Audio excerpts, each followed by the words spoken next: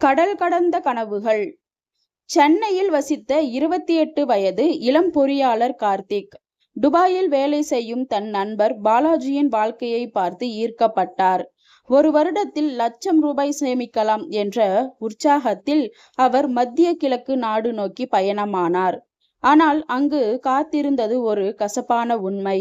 Dubai விமான நிலையத்தில் இறங்கிய போது 45 டிகிரி வெப்பநிலையில் சூடான காற்று முகத்தில் அடித்தது. வேலை வாங்கிய ஏஜென்சி எதிர்பார்த்ததை விட மோசமான வசதிகளுடன் கூடிய ஓட்டல் அறையில் தங்க வைத்தது. மாதம் 2500 திர்ஹாம் என்று சொல்லிய சம்பளம் 1800 திர்ஹாமாக குறைக்கப்பட்டது. கார்த்திக் ஒரு கட்டுமான தளத்தில் மின் பொறியாளராக சேர்ந்தார்.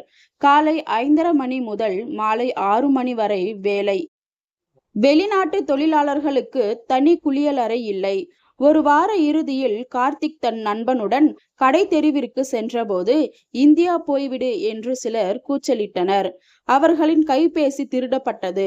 போலீஸ் ஸ்டேஷனில் புகார் செய்தபோது உங்களுக்கு இங்கு உரிமை இல்லை என்று சொல்லி அனுப்பினர். தன் அறையில் தனியாக அழுது கொண்டிருந்த கார்த்திக் தன் தாயின் தொலைபேசி அழைப்பை ஏற்க தைரியமில்லை. 6 மாதங்களாக குடும்பத்தினரை பார்க்காமல் இருந்தது. சேமித்த 15,000 திர்ஹாமில் பாதி ஏஜென்சிக்கு கடனாக வந்தது. ஒரு நாள் கட்டிடத்தில் திடீரென்று தீ விபத்து ஏற்பட்டது. கார்த்திக் தன் திறமையால் முக்கியமான மின் பேனலை அணைத்தார். இதனால் பெரிய நஷ்டம் தவிர்க்கப்பட்டது. நிறுவன நிர்வாகம் அவரை பாராட்டி 500 திர்ஹாம் போனஸ் அளித்தது. அந்த சம்பவத்திற்கு பிறகு கார்த்திக் பதவி உயர்வு பெற்றார். மாத சம்பளம் 3000 திர்ஹாமாக உயர்த்தப்பட்டது. ஒரு வருடம் கழித்து அவரது மனைவி ராதாவையும் துபாய்க்கு அழைத்தார். 3 வருடங்களுக்கு பிறகு கார்த்திக் ஒரு சிறிய கட்டுமான ஒப்பந்ததாரராக வளர்ந்துள்ளார். சென்னையில் தன் பெற்றோருக்கு வீடு கட்டி கொடுத்தார். ஆனால் இன்றும் அவரது கண்களில் தாய் நாட்டை பார்க்கும் ஏக்கம் உள்ளது.